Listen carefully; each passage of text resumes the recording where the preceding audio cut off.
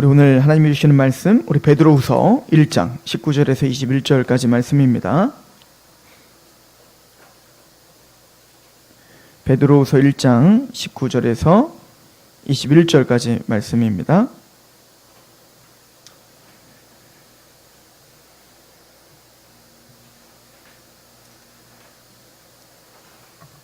우리 19절부터 21절까지 함께 봉독하도록 하겠습니다. 시작.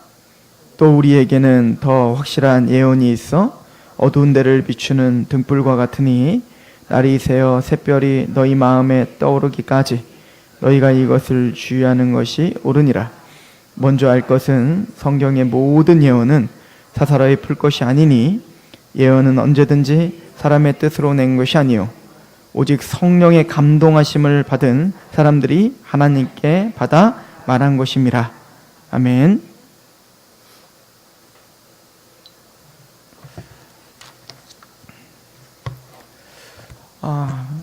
우리가 베드로후서를 강의하면서 사도 베드로는 보배로운 믿음을 갖고 있는 하나님의 성도들에게 편지를 보낸다라고 했습니다.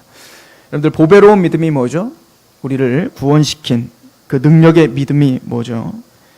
그것을 베드로후서 1장 5절부터는 그러므로 너희가 믿음에 힘써 더욱 너희 믿음의 덕의 지식을, 지식의 절제를, 절제 인내를, 인내 경건을, 경건의 형제 우애를, 형제 우애에 사랑을 더하라. 즉 그렇게 믿음은 가만히 믿음으로만 있는 게 아니라 예수님에 대한, 하나님에 대한 그 믿음은 우리를 그렇게 변화시키고 우리를 성장시키는 능력이다. 이것이 살아있는 믿음이고 이게 보배로운 믿음이다 라고 하는 이야기를 했죠. 이 베드로후서는 거짓 선생들이 교회를 힘들게 하고 또 거짓 복음을 가르쳐서 미혹해 하는 일들을 방지하기 위해서 쓰여진 책이기도 합니다. 그래서 이 사도 베드로는 자신이 너희에게 전한 이 복음, 즉 그렇게 안팎으로 교회가 공격당하는 이때에 바깥으로는 이제 로마의 핍박이 올 거예요. 네로 황제가 점점 더 강한 그렇게 압박을 하며 기독교를 핍박할 겁니다. 나중에는 우리가 지난주에도 상고해 봤지만 네로 황제는 이제 로마시를 다 불태우고 그리고는 그것을 기독교인이 했다 해서 대대적인 핍박이 시작될 겁니다. 이때 우리가 잘 아는 대로 이 베드로와 바울은 순교를 당하게 될 거예요. 자, 그렇게 점점점 로마는 기독교에 대한 핍박을, 그 압박을 점점 강하게 해오고 있습니다. 즉 세속에 유혹이 있고 또 예수 그리스도를 믿는다는 것은 자신의 생명도 보장해 줄 수 없는 그런 절체절명의 상황인 거예요. 그래서 베드로는 너희가 믿고 있는 그 복음은 보배로운 것이고 그 믿음이 확실하게 믿음 앞에 굳건하게 서 있어야 된다라고 하는 것을 더 고취시키고 또 그 믿음이 얼마나 영광스러운 것인지를 알려주고 있습니다. 그러나 안에서도 문제가 일어나는데 그 안에서는, 교회 안에서는 거짓 선생들과 거짓 선지자들이 하나님의 말씀이 아닌 자신의 탐욕을 가지고 가르치는 말들로 세상의 유혹을 당하는 뒤에 또 세상의 흐름에 살아가게 그냥 그렇게 만드는 집단들이 이제 만들어지고 또 유혹하고 있는 상황인 겁니다. 그러면 이런 안팎의 교회의 공격 속에서 이건 사실은 이제 그 강도가 달라졌을 수 있고 또 그런 안팎의 공격이 양상이 달라질 수는 있지만 이 초대교회나 우리 지금 우리가 살고 있는 이 시대에나 또 예수님이 재림하는 그때까지 교회가 당하는 안팎의 공격은 다 같은 겁니다. 그죠? 성도와 하나님 사이에 또 복음과 하나님의 교회가 점점 멀어지게 사탄은 자신의 모든 역량을 다해 교회를 공격하게 될 거예요. 이걸 요한계시록 12장에 보면 이 용이 이제는 광야에서 하나님의 보호를 받고 있는 하나님의 교회, 그 여자를 이제 물로 강같이 토해내서 그 여자를 떠내려가게 하더라라고 하는 거죠. 그 얘기는 그 여자를 세속의 흐름에 또 거짓된 흐름에 흘러가게 하여 이제는 뭐죠? 하나님을 점점 멀어지게 하고 그 진리에서 멀어지게 하는 그런 강력한 힘으로 교회를, 여자를 고단하게 하고 또 핍박하고 조롱하고 또 힘들게 하더라라는 거 아니겠습니까? 그럼 요한계시록 12장은 그렇게 끝나지 않습니다. 그런데 하나님께서는 그 땅을 열어 그 모든 물을 다 흡수하게 하여 그 교회를 보호하신다는 것을 이야기하고 있습니다. 하나님 그럼에도 불구하고 교회를 교회답게 하실 것이고 교회를 보호하시며 마침내 영광스럽게 승리하게 하실 거야 라고 요한계시록은 이야기하고 있었죠. 그렇다면 어떻게 그 교회를 승리하게 하실 것인가? 그 교회 안팎의 모든 공격 속에 그럼 실제적인 우리의 삶들 속에서 어떻게 우리는 믿음으로 그 보배로운 믿음이 그 덕이 지식을, 그 지식이 절제가 인내가 경건을, 형제 우애를, 사랑을 열매 맺게 할 수 있는가? 사도 베드로는 계속 생각나게 하려 함이라, 기억나게 하려 함이라. 이걸 계속 강조하고 있는 것을 볼 수가 있죠. 오늘 베드로전서를 베드로후서를 잠깐 보시겠습니까? 베드로후서 12절을 한번 보세요. 그러므로 너희가 이것을 알고 이미 있는 진리에 서 있으나 내가 항상 너희에게 생각나게 하려 하노라 라고 이야기를 하죠. 또 15절도 보세요. 내가 힘써 너희로 하여금 내가 떠난 후에라도 어느 때나 이런 것을 생각나게 하려 하노라. 그러니까 사도 베드로는 끊임없이 뭔가를 생각나도록 반복적으로 지금 뭔가를 설명하고 있다라고 이야기하고 있습니다. 우리 3장도 한번 가보시겠어요? 베드로후서 3장 1절입니다. 사랑하는 자들아, 내가 이제 이 둘째 편지를 너희에게 쓰노니 이 두 편지로 너희의 진실한 마음을 일깨워 생각나게 하여 곧 거룩한 선자들의 예언한 말씀과 주 대신 구주께 너희의 사도들로 말미암아 명하신 것을 기억하게 하려 함이라. 베드로는 생각나게 하려 함이라, 기억나게 하려 함이라. 뭐를요? 거룩한 사도들의 가르침, 즉 성경인 거예요. 하나님의 말씀입니다. 이것은 이미 바울 사도도 동일한 얘기를 했죠. 사도행전에 에베소 교회 장로들을 모아놓고 이제는 마지막이 될 수 있는 강론을 합니다. 그때 바울이 그 에베소 교회에게 뭐라고 하죠? 피로 사신, 주의 피로 사신 이 교회라고 하죠. 예수님의 생명값으로 사신 교회다. 내가 그 교회를 하나님은 너희 장로들에게 맡겼다.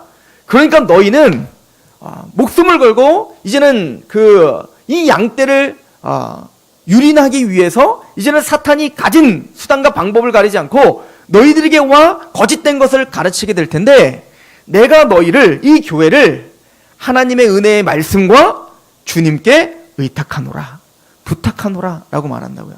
그러니까 사도 바울도 내가 너에게 밤낮 가르쳐줬던 3년 반이나 너에게 밤낮 가르쳐줬던 그 하나님 사도적 가르침, 우리로 말하면 성경이에요. 그 하나님의 말씀에 너희를 의탁한다라고 이야기를 하고 있습니다. 즉 이 베드로는 자기가 죽을 날이 얼마 남지 않아 이제는 죽음 앞에 서서 다시 한번 그 사랑하는 교회에게 내가 너에게 가르쳐줬던, 또 모든 사도들이 가르쳐줬던 그 말씀이 생각나게 하려 함이라. 이건 단순히 베드로 사도만의 가르침이 아니라 나중에 3장에 가면 이렇게도 써있죠. 한번 가보세요. 이 사도행전을 빼놓고 또 사도 바울이 기록한 성경 외에 다른 성경에 사도 바울의 이름이 들어간 건 여기 딱 하나밖에 없습니다. 자, 베드로후서 3장 15절 보십시오. 또 우리 주의 오래 참으심이 구원이 될 줄로 여기라.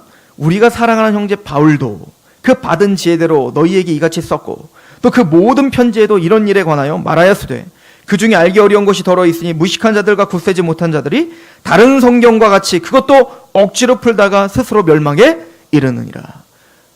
이 베드로는 이미 바울의 서신을 다 알고 있었어요. 그리고 그 바울의 서신을 다른 성경과 같이 사사리 풀다가, 이 얘기는 뭐냐면 그 다른 성경과 바울의 말을 동등한 권위로 지금 이야기하고 있는 거예요.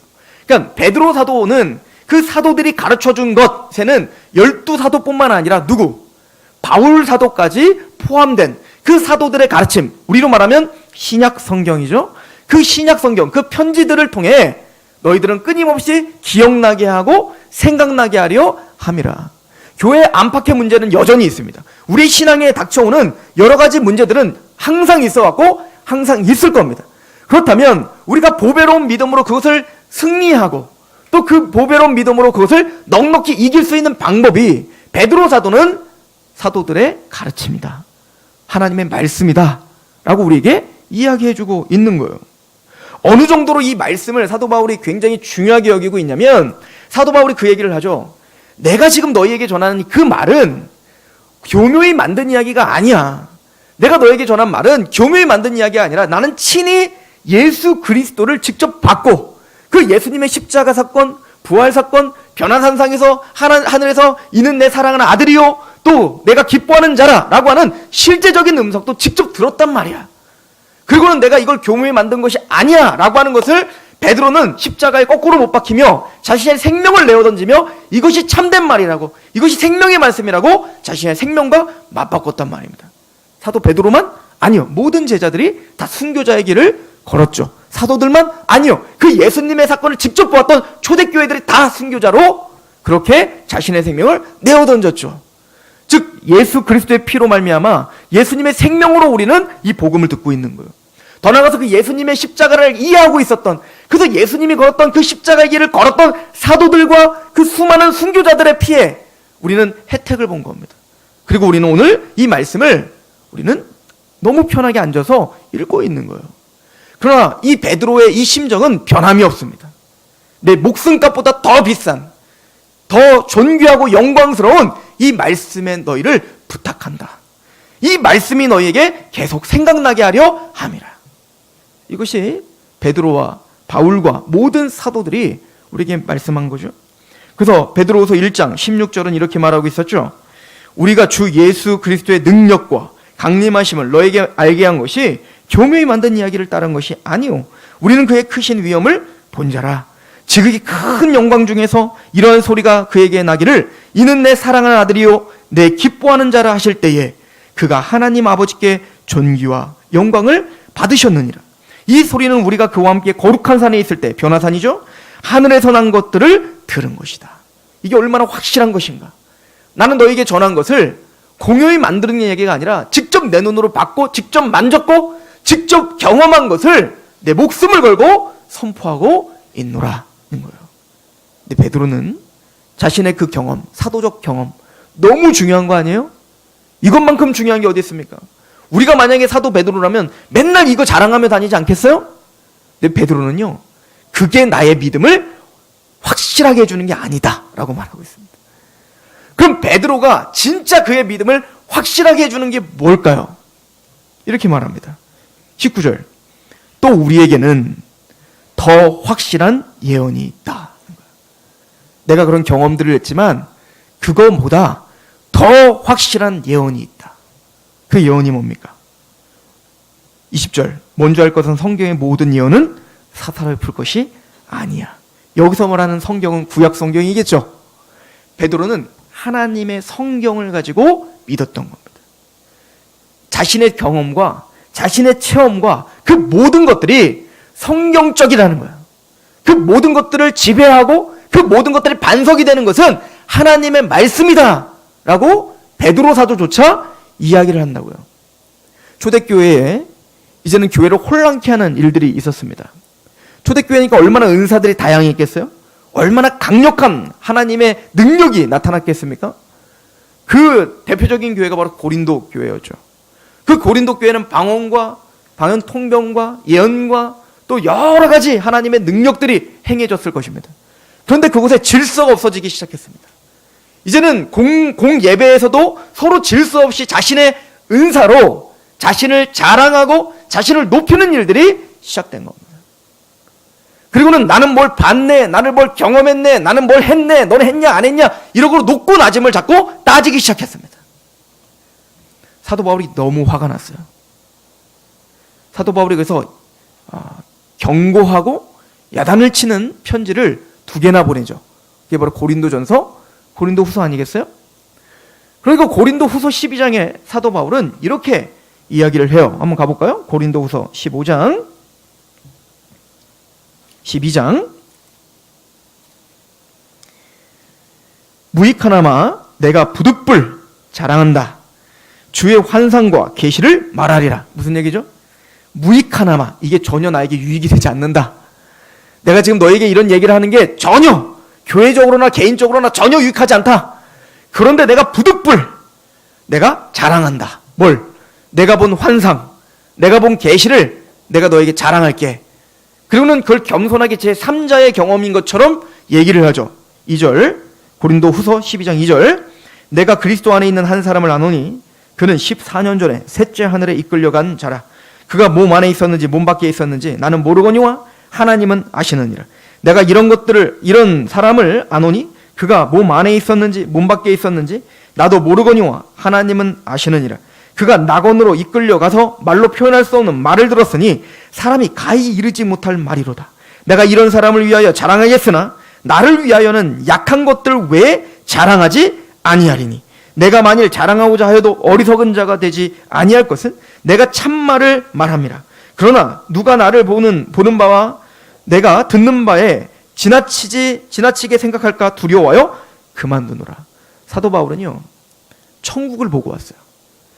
사도 요한처럼 환상으로 그 모든 새하늘과 새 땅을 본 것뿐만 아니라 사도 바울은 몸이 이끌려 천국을 봤어요.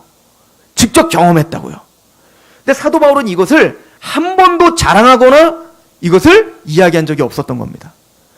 그리고 말합니다. 내가 이걸 경험한 것을 너에게 말하는 것이 무익하다. 너희 신앙에 전혀 유익하지 않다요. 그런데 내가 이 이야기를 왜 하지? 하도 뭘 봤네, 뭘 경험했네, 뭘 했네 이런 걸 너무 자랑하니까 부득불 내가 너희에게 자랑하노라. 그런 거 따지면 내 앞에 무릎 꿇어. 난 하늘까지 갔다 왔어. 내가 이런 걸 자랑해도 괜찮은 것은 내가 참말을 말함이라. 이건 진실이야. 그러나 내가 이런 걸 자랑하지 않는다는 거예요. 12장 5절에 내가 이런 사람을 위하여 자랑하겠으나 나를 위하여는 약한 것들 외에 자랑하지 않는다. 나는 뭘 보고 뭘 경험하고 이런 걸 자랑하지 않는다. 차라리 내가 얼마나 약한 사람인지, 내가 얼마나 하나님 앞에 자격이 없는 사람인지, 내가 하나님의 은혜 앞에 그 십자가 앞에 얼마나 낮을 수밖에 없는 사람인지를 그걸 자랑하겠다. 뭔가 다르죠. 7절 보십시오. 여러 계시를 받은 것이 지극히 크므로 너무 자만하지 않게 하시려고 내 육체의 가시 곧 사탄의 가시를 주셨으니 이는 나를 쳐서 너무 자만하지 않게 하려 하심이라. 이것이 내게 떠나가게 하기 위하여 내가 세 번이나 죽게 간구하였더니 나에게 이르시기를 내 은혜가 내게 족하도다. 이는 내 능력이 약한 데서 온전하여짐이라 하신지라. 그러므로 도리어 크게 기뻐함으로 나의 여러 약한 것들을 대하여 자랑하리니 이는 그리스도의 능력이 내게 머물게 하려 함이라. 그러므로 내가 그리스도를 위하여 약한 것들과 능력과 궁핍과 박해와 곤고를 기뻐하노니 이는 내가 약한 그때에 강함이라. 내가 믿음이 있어서 얼마나 큰 일을 했는 줄 알아? 내가 믿음이 있어서 내가 뭘 받는 줄 알아? 내가 능력이 있어서 어떤 일을 해냈는 줄 알아? 내가 능력이 있어서 어떤 학교에 갔는 줄 알아? 내가 능력이 있어서 믿음이 있어서 내가 어떤 기동력을 얻어서 어떻게 부유해지고 어떻게 이런 아시겠죠? 사도 바울은 그런 것들이 무익하다는 거예요. 난 차라리 내가 얼마나 약한 자인지, 하나님 앞에 내가 얼마나 자격이 없는 자인지, 그래서 나로 말미암아 예수가 영화롭게 되고 하나님이 하나님 되고 십자가가 자랑이 되고 그 십자가만 영광을 받게 하는 거, 이게 참된 기독교이냐, 이게 참된 성장이야 라고 사도 바울은 이야기하고 있는 겁니다.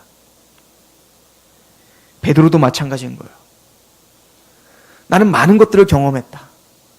나는 그 경험 때문에 사도적 가르침을 너에게 할 수 있는 특권 있는 사도다. 그러나 내 믿음은 내 어떤 경험이 내 믿음을 지탱하는 반석이 아니라 더 확실한 예언이 있으니 바로 우리에게 언약하신 하나님의 말씀이란다. 그런데 우리가 뭐라고 말씀을 떠나 다른 것을 더 우선순위로 여기는 말이에요. 우리가 어떤 경험을 한들 바울이나 베드로 같은 경험을 했겠냐고요. 우리가 어떤 경험을 해서 우리는 무엇을 자랑하고 있는 겁니까? 우리의 자랑은 오직 십자가요. 우리가 증거할 것은 오직 사도적 가르침이며 우리가 집착하고 머물러야 될 것은 오직 하나님의 성경인 것입니다. 이게 베드로가 우리에게 가르쳐주는 바입니다. 사도 바울은 로마서 1장에 내가 전한 복음은 옛적의 선지자들로 말미암아 선지자들에게 받아 말한 것이다 라고 로마서 1장 2절에 이야기를 하죠. 이 얘기는 사도 바울이 전파하고 있는 생명을 걸고 전파했던 이 복음은 이미 구약 성경 전체가 그 전체를 통과하는, 그 전체를 꿰뚫는 그 예수 그리스도에 대한 이야기다. 이걸 예수님은 뭐라고 표현했죠? 누가복음 24장 44절에 모세의 율법과 선지자의 글과 시편, 그 구약 전체를 가리키는 겁니다. 그 모세의 율법과 선지자의 글과 그 모든 시편은 나를 가리켜 기록된 것이니 내가 성경대로 3일 만에, 내가 성경대로 십자가에 죽고 성경대로 내가 3일 만에 부활함으로 말미암아 땅끝까지 회개하는 그 복음이 전파되는 것이라. 즉 구약 전체는 바로 예수 그리스도의 십자가 부활을 선포하기 위한 책이었다는 거예요. 그러므로 이 베드로는 지금 이 얘기를 하고 있는 겁니다.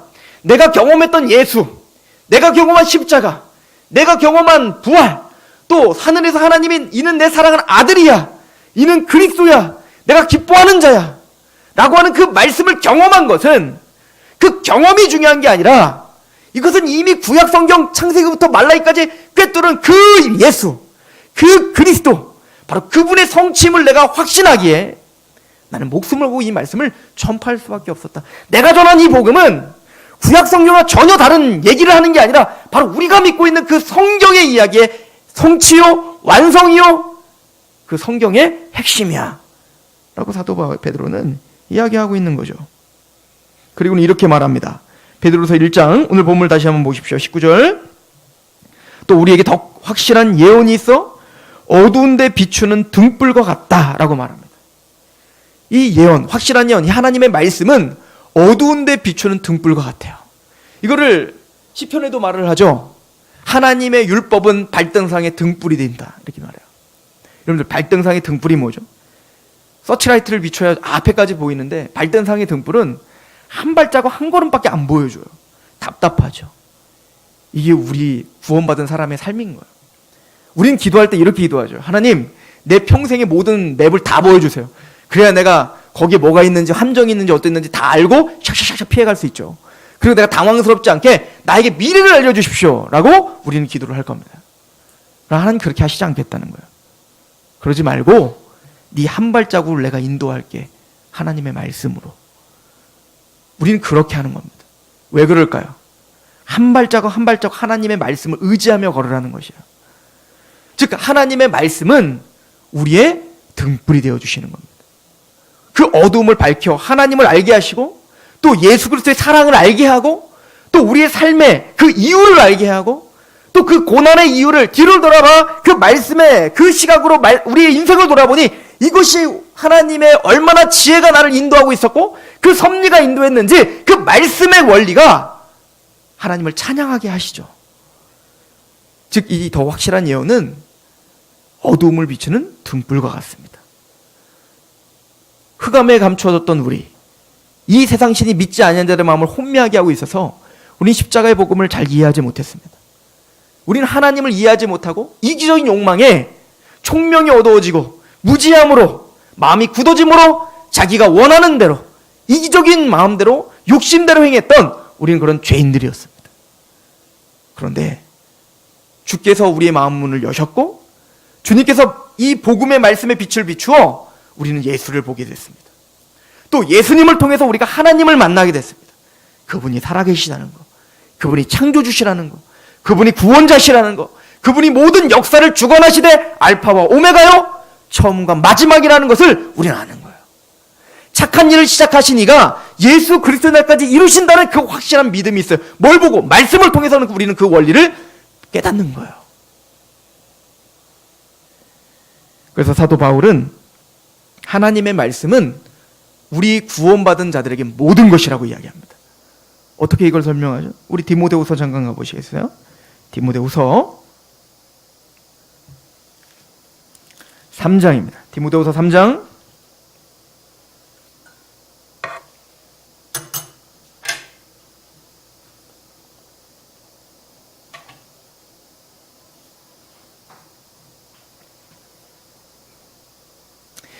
3장 우리 10절부터 제가 볼게요.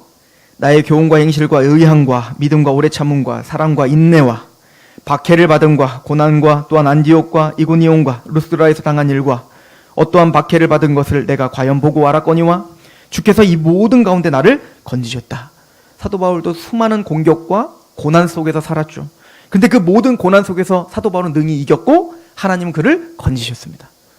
그리고 말합니다. 12절, 무릇 그리스도 예수 안에서 경건하게 살고자 하는 자는 박해를 받는다. 맞아요. 하나님의 말씀대로 살려고 하면 쉽지가 않아요. 고난이 있습니다.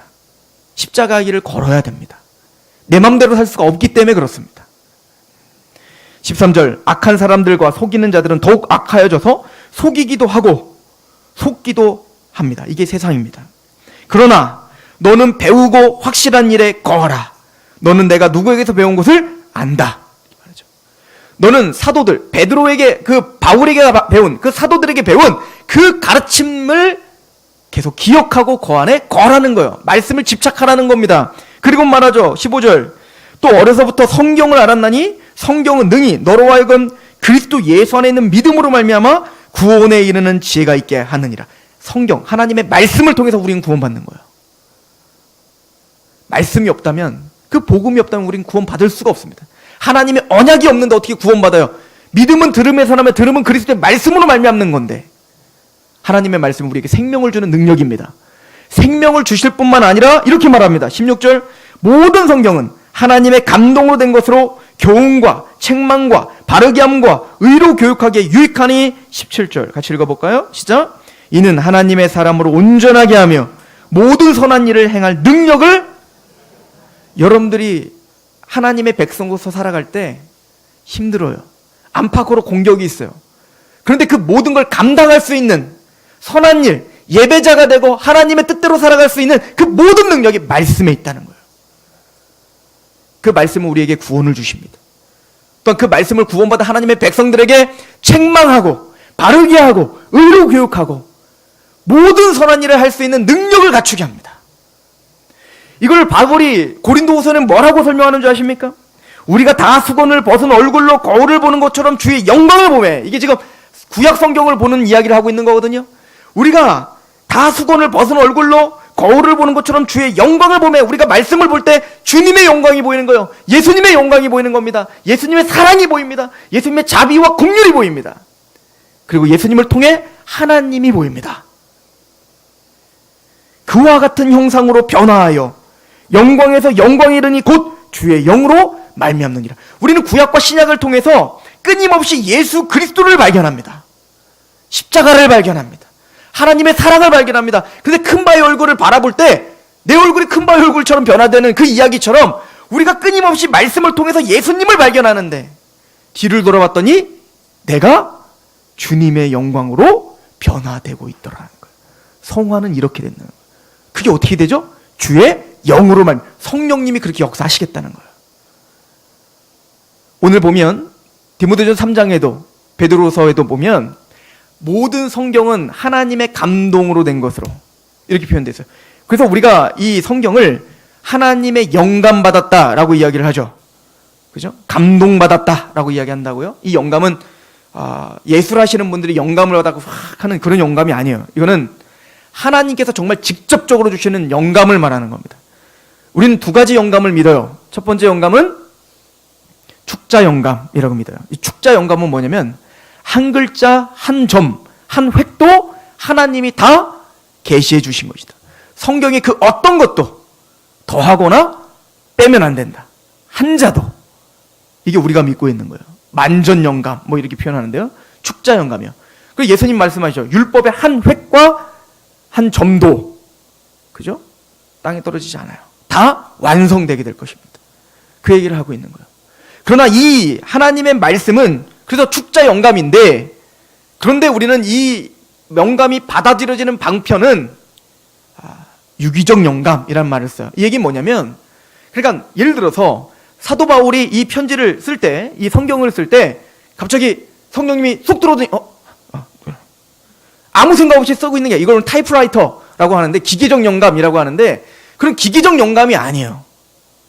물론 기계적 영감도 성경에 있죠. 예를 들어 십계명 같은 거는 내 생각이 들어간 게 아니죠. 그럼 하나님이 직접 막 손으로 파서 주신 적도 있잖아요. 그죠? 그런 건 기계적 영감이에요. 그러나 대부분의 것은 유기적 영감이에요. 무슨 얘기죠? 그 당시 시대적 배경과 사도 바울의 그 성품과 사도 바울의 모든 삶과 사도 바울의 어떤 언어와 이 모든 걸 사용하셔서 이 땅의 언어로 그 당시 시대적 배경을 갖고 쓴 거예요. 그죠? 그럼 우리에게 숙제가 하나 남아요. 우리가 성경을 연구하고 성경을 묵상하고 성경을 집착하여 우리의 신앙을 점검해야 되는데, 그럼 유기적 영감을 믿는다면 성경을 쑥 읽으면 되지 않죠. 공부해야 됩니다. 왜냐하면 우리는 그 당시 시대적 배경을 잘 몰라요. 그래서 초대교회 사람들은 이 성경을 그냥 보면 그냥 이해가 됐지만, 오늘날 우리는 어때요? 예를 들어 여러분들 조선시대 때 막 책을 보면 첫 번째 언어부터 우리랑 다르기 때문에 어때요? 그냥 볼 수가 없어요. 그죠? 시대적 상황이 달라요. 그렇기 때문에 우리가 성경을 볼 때 교사를 통해서, 목사를 통해서, 그렇게 하나님의 은사를 주신 사람들을 통해서 배우게 하고 또 깨닫게 하죠. 그죠? 성경 공부를 해야 돼요. 그래서 그러나 중요한 건 이 모든 하나님의 말씀은 하나님의 영감으로 기록되었다라고 하는 겁니다. 그래서 오늘 베드로후서 2장도 다시 한번 보십시오. 1장도 다시 보십시오. 중요한 얘기인데, 베드로후서 1장 20절, 21절인데요. 먼저 할 것은 성경의 모든 예언은 사사로이, 이거는 개인적으로 자기 마음대로 풀면 되지 않는다, 이 얘기인 거예요. 그냥 내가 원하는 대로 풀면 되는 게 아니에요. 우리가 성경 공부를 하는데, 욥기 성경 공부를 하는데 욥기에서 우리가 가장 흔하게 잘못 사용하고 있는 게 있죠. 시작은 미약하였으나 나중은 심히 창대하리라. 식당에 많이 붙어 있잖아요. 절대 그런 말씀 아니에요. 그거는 지금 개업했는데 지금은 미약하지만 하나님이 복 주셔서 나중에 창대하게 할 겁니다. 문맥적으로 그런 얘기 절대 아닙니다. 지금 욥의 친구가 너 회개하지 않으면 너 지금은 그렇게 하나님이 치셔가지고 자녀도 죽고 네 재산도 다 날라가고 머리부터 발끝까지 온통 악창이 나가지고 종기하다 이렇게 고통받고 있지만 이게 지금 미약한데 네가 회개하고 돌아오기만 하면 다시 하나님 널 창대하게 해줄 거야. 그러니까 식당에 붙여놨다는 것은 회개하세요, 이 얘기랑 똑같은 거예요. 내게 능력 주시는 자에서 모든 것을 할 수 있습니다. 우리 그 구절 좋아하죠. 빌립보서에 있는 말씀. 그 구절도 우리는 어떻게 생각합니까? 내가 100만 원을 갖고 싶어요. 하나님, 내가 능력 주신 자에서 모든 걸 할 수 있습니다. 주십시오. 내가 저 대학교를 가고 싶어요. 내가 능력 주신 자 모든 걸 할 수 있습니다. 주십시오. 우리는 그렇게 사용해요. 상황을 바꾸는데 우리는 그 능력을 사용하려고 한다고요. 근데 문맥을 보세요. 사도 바울은 그 말씀을 뭐라고 이야기하고 있냐면, 나는 일체 비결을 배웠다. 내가 부유해도, 내가 가난해도 일체의 비결을 배웠는데 바로 자족의 능력이다.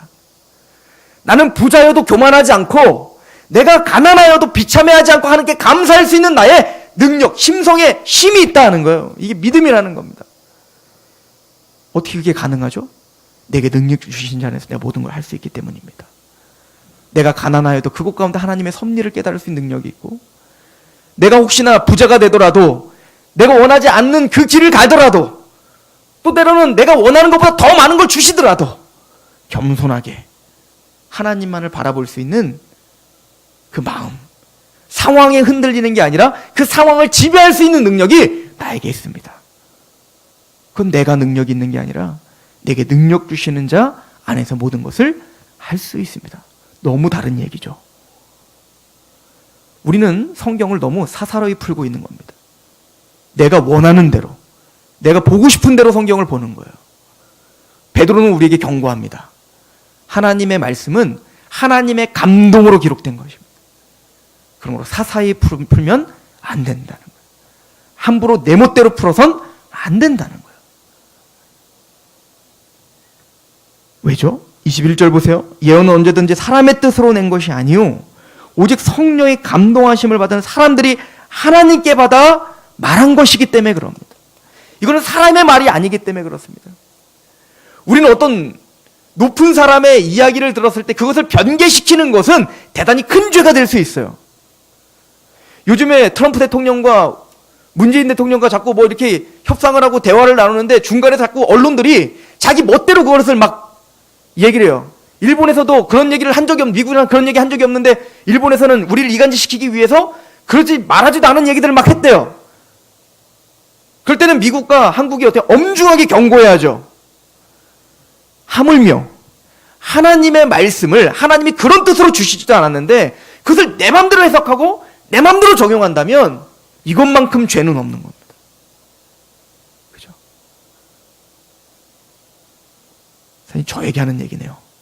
하나님의 말씀을 다루는 것이 얼마나 겸손해야 되는지, 내 감정과 나의 상황에 맞게 그 성경을 뒤틀어서 그것을 내 마음대로 전하는 것이 얼마나 큰 죄인지를 알아야 되는 거예요. 성경이 말하고자 하는 것을 그대로 드러내줘야 되는 겁니다. 어쨌든 도대체 사도 베드로가 하나님께서 사도 베드로를 통해서 나에게 주시려고 하는 이 문맥적 의미가 뭐지? 도대체 왜 이런 얘기를 왜 나에게 주신 거지? 때로 어려운 게 있죠. 어려운 게 있다면 주석도 찾고 목사님에게도 좀 물어보고 그렇게 해서 어쩌든 이 의미가 무엇인지 좀 알아내려고 해야 되는 거 아닐까요? 왜요? 사사리 풀면 안 되니까 에이 모르니까 이제 덮어놓자? 이것만큼 더 어리석은 건 없죠. 사도 베드로는 그래서 이 확실한 예언 하나님의 말씀을 함부로 다루지 마라. 이 말씀을 사사로이 마음대로 다루지 마라 라고 이야기를 한 겁니다.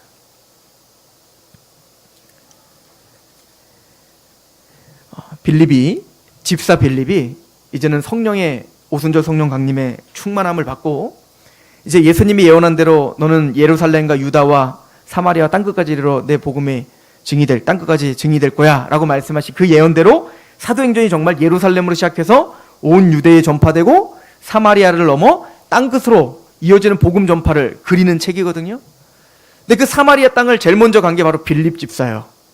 근데 그 빌립 집사가 사마리아 땅을 막 가고 있는데 저쪽에서 에디오피아 여왕 간다게의 내시가 이제 오순절 성령 강림 때 아마 예루살렘에 아마 잠깐 일이 있어서 왔었던 것 같습니다. 그리고는 그 마차를 타고 쭉 가는데 성령님이 빌립에게 너는 마차에 올라타라 라고 하십니다. 그래서 올라타죠. 그랬더니 아마 이 국구성을 맡던 이 내시가 부자니까 아마 그 두루마리 이사야서를 갖고 있었던 거예요. 그 당시에는 성경을 우리처럼 쉽게 갖고 있었던 시대가 아니죠. 막 이렇게 막 두루마리 이렇게 큰 거기 때문에 들고 다닐 수도 없고, 근데 아마 부자였기 때문에 아마 이사야 그 두루마리를 갖고 있었던 것 같습니다. 그걸 막 읽고 있는 것을 본 겁니다. 빌립이 말합니다. 이해가 갑니까? 그랬더니 빌립이 그 내시가 이렇게 대답하죠. 지도해 주는 사람이 없는데 어찌 내가 알겠는가? 그래서 빌립이 그 이사야를 통해서 예수 그리스도를 전파하여 복음을 듣게 하죠. 그래서 하나님은 사도를 세우셨고 기록하게 하셨으며 그리고 그 사도들의 기록을 가르칠 수 있는 목사와 교사를 교회에 허락한 거예요. 그래서 목사와 교사는 하나님의 말씀을 사사히 풀지 말고 하나님의 말씀 그대로를 풀려는 노력으로 성도들에 가르치고 성도들은 그 지도를 받으며 하나님의 말씀을 배워야 돼요. 근데 어떤 태도로 배워야 되죠? 이제 사도 바울이 데살로니가 교회에서 교회를 개척하고 베레아로 갔습니다.